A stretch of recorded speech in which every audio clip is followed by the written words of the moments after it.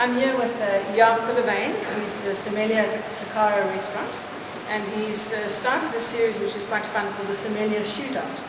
And this is the second time you're running this shootout. Can you explain to us how it works, please?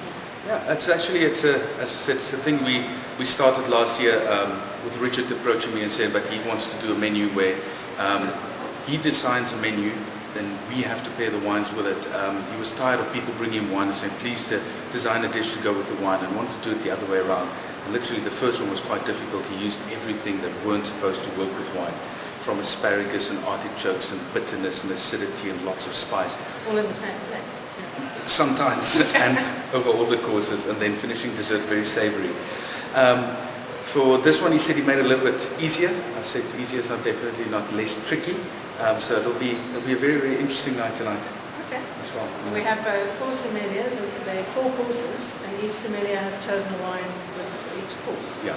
So basically, in the end, there's going to be 4 courses and 16 wines for tonight, or 16 drinks. I saw there was a couple of curveballs that came in for tonight as well. It's going to be very, very cool. And the nice thing is, the reason behind is every sommelier thinks different about a dish.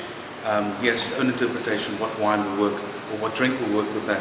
And then basically the customers as well, because in the end of the day, the diners will be the ones that scores us, and it's up to their palates to say, this was my favorite wine with that dish. You're the one that gets the point. Thank you very much, you're the winner. So it's going to be very, very interesting. It's fun, and I believe that the lowest score wins the night. The lowest score indeed, we basically rate them from 1 to 4, 1 being the best, 4 being the 4th best, for that matter. So yeah, a bit like golf. A bit like golf. And which of the sommeliers has the best handicap? I think still it's Higgo. I think he plays the most golf, to be quite honest. Well, we'll see. Thanks very much. Pleasure. Hi, we're here with Higgo Jacobs, and we're at Tokara doing the Sommelier Shootout.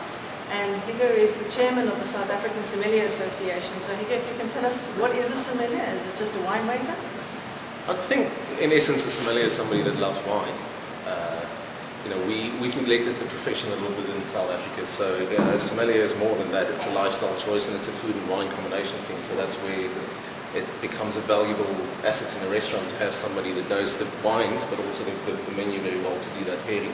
So to an extent, that's what tonight is about. But for us, as a new profession almost in South Africa, we try to do these events in terms of just furthering the awareness of what the industry is. So, we're people that are passionate about wine. I think that's what it is. Okay. And tonight, the shootout that you're going to have, you're the reigning palate from last year. So what's your strategy for tonight? Well, I'll take it much more serious this year. No, is that possible? No, really, it's all in the name of fun this evening. It's a stroke of luck. Jaap said it earlier. You go to a table that goes, this is my favorite. You're my favorite wine on this course, and then you go to the next table and they go, oh, this isn't working at all. So it's really a subjective thing. We try to charm them a little bit at the table. That's part of the role of the sommelier as well. My strategy last time was to try and get the best wines that I can. I think in the end it's the wine that wins the point. We'll see. It's in the name of fun. Okay, well, have fun. Hi, good evening. We're here with Josephine Gutentoft, and Josephine is also a sommelier and is currently working at Majeka House in Stellenbosch. Correct. So, and this is your second time tonight. Why don't you just tell us a little bit about yourself and how long you've been in South Africa?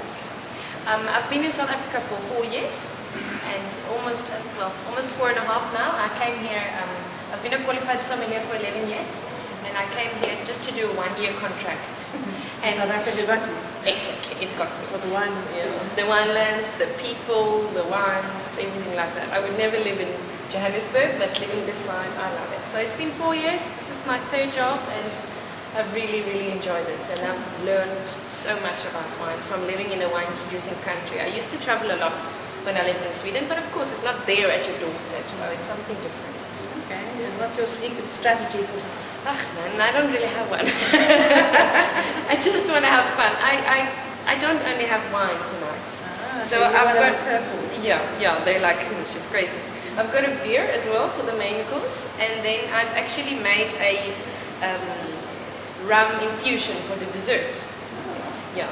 So we tasted the food last week, and the dessert is a bit tricky. I'm not used to working with food like Richard's food. because there's a lot of flavors to his dishes. It's very, very, it's I mean, work it's a food. scientist. You know? Yeah, exactly, Yeah. exactly. And his dessert is not like a normal dessert for me. So it's just, normally it's just what hits my head first. And then I think, okay, let's work on that. So yeah, I infused the rum and I think it's going to be exciting. Well, all the best. Thank you so much. Hi, I'm here with Peter Melis. He's here from Sommelier and has an international aspect that he's going to bring to you tonight. So if you can just tell us a little bit about yourself and why you're here. All right.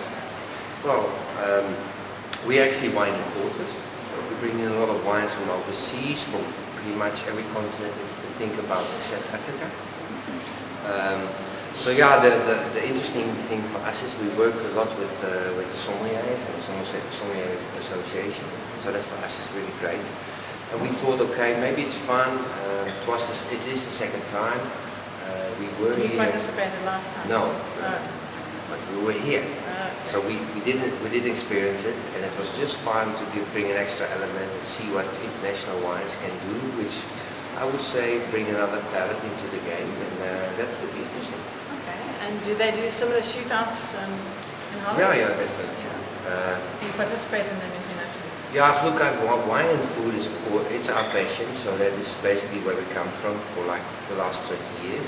So that is the great opportunity that we have here to really, and this type of food, which is really up there, I would say Michelin level, which of course doesn't exist in South Africa, but they should. But anyway, it's another story. We can debate about that. But the level of food has gone up so much, and the interesting part for us is all the different flavors that really bring immense, I would say, challenges for wine. And then if you bring other grape varieties, other methods of winemaking, it could add something, but it could also show on the other hand how good South African wines actually are. Hi, can you tell me what your impressions of the first course was with the matching of the wines? It's very difficult to decide whether we like the wine or whether we think it matches best. We're really keen on New World wines, and so it's a great selection, but I think that this walnut block is really very nice. Okay, good. Probably take one. So that's 1 point to Peter Melis, I think, eh? Here we are plating the first course.